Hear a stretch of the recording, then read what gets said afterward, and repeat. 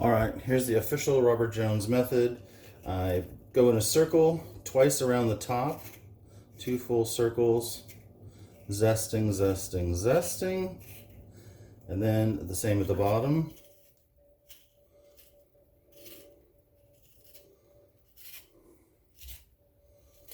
Like that. You got a nice spiral. And then I put my thumb down as a fulcrum and just pull across.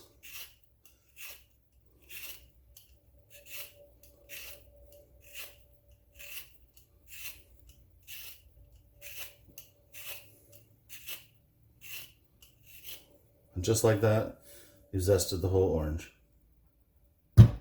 Boom.